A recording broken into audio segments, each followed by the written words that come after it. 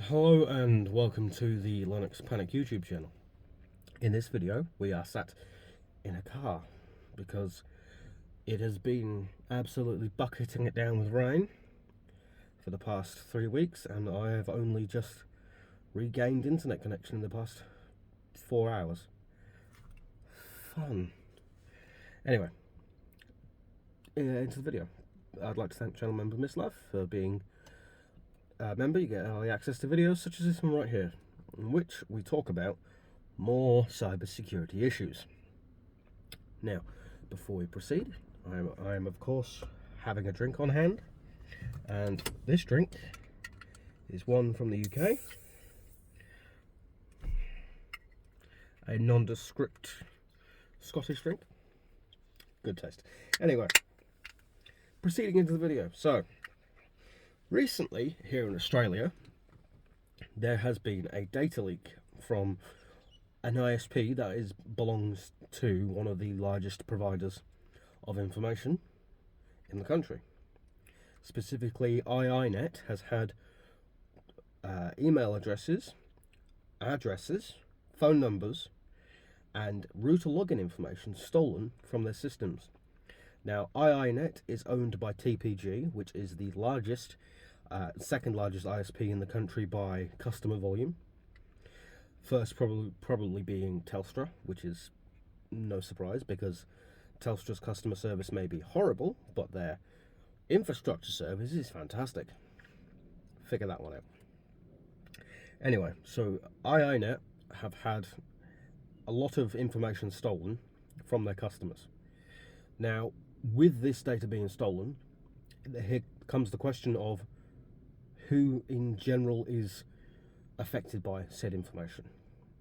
Well, for starters, iiNet and TPG, the owners of iiNet, are claiming that only email addresses, house addresses, landline numbers, and mobile numbers were stolen. Nothing else. They're claiming that no credit card information, no banking information, no passwords or anything else was stolen. Which would be all well and good.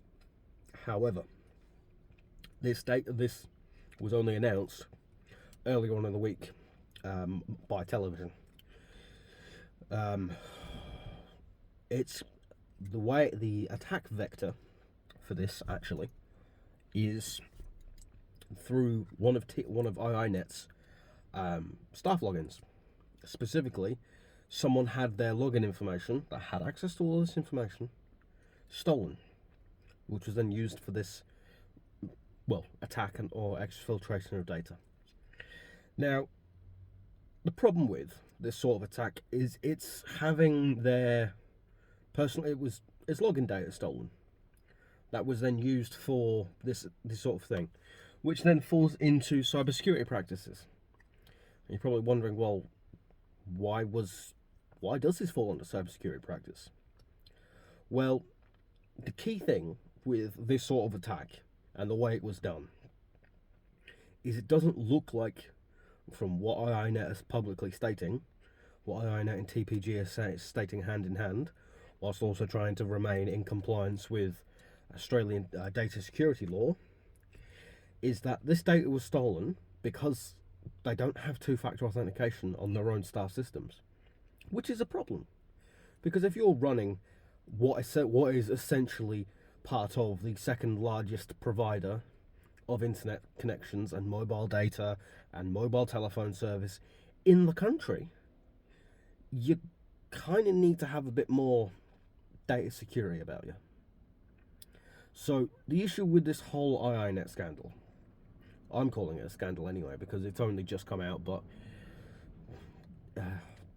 how hard people were affected or what's going on remains to be seen.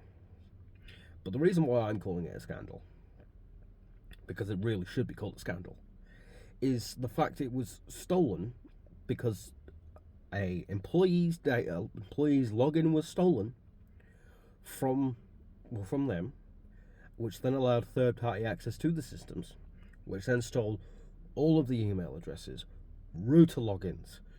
You're talking about home addresses, home telephone numbers, mobile numbers, that sort of thing, which is not good. To be like have any of that stolen, it's not good because it is personally identifiable information, which is not.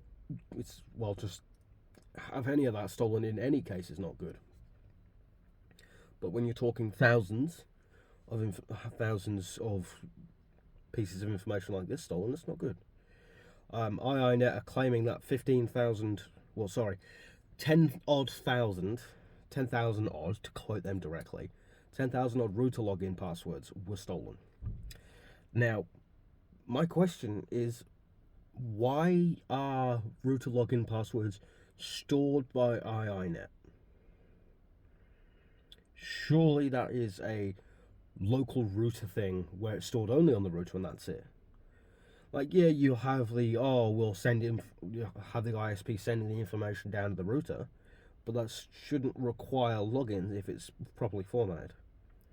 So you've had 10,000 odd, to quote iiNet directly, 10,000 odd router setup passwords stolen. You've got personally identifiable addresses, email addresses, phone numbers stolen, and all because one person, one iiNet employee, had their login stolen and gave access to thousands of customers' data, which is a problem because it shouldn't happen. Now, this has been referred to the Australian Cybersecurity Centre, which is part of the Australian government. But also, I feel like this should have been brought to the attention of iiNet's customers a hell of a lot sooner, and it shouldn't have been a message from TPG where we came forward, because TPG publicly apologised on behalf of iiNet, but it shouldn't have been TPG that apologised. It should have been iiNet. Now, the way to prevent this sort of issue in the future would be to implement some form of useful and effective multi-factor authentication, not SMS texting, something where you need a secondary device. Yes, I know you need a secondary device with an SMS two-factor code, but the problem is with an SMS two-factor code, you can quite easily spoof a phone number or a SIM card, or social engineer your way into getting that SIM card reissued, and yada yada yada. So you need something like a secondary device, such as having an authenticator app on your own phone, where you need to physically have the device in your hand to be able to log in, or having something like a Yubico security key, for example, or Google's Anchor Guard, whatever they want to call it. Having a physical security key, where you need to actually physically have it in your hand and plug it into said computer before it will then let you log in. Something like that would mitigate all of this.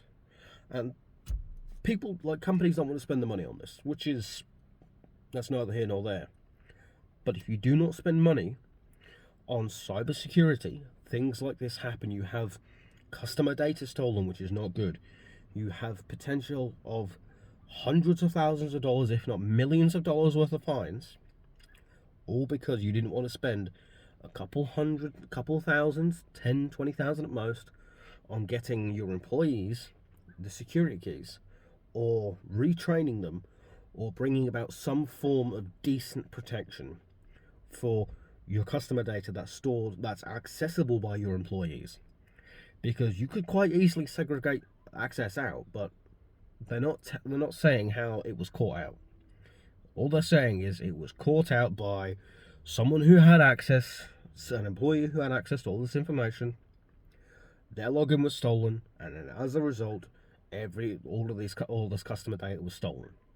And if that is segregated out, why is it only segregated out to hundreds of thousands instead of just a couple hundred? So either way, it doesn't make sense. But it's a problem, and realistically, these sorts of things shouldn't happen. When it comes to something as simple as employee login was stolen, gained access, no, It needs to be far more stringent.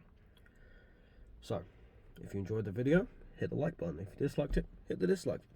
They both seem to work, even though you can only see one of them. As you can tell, I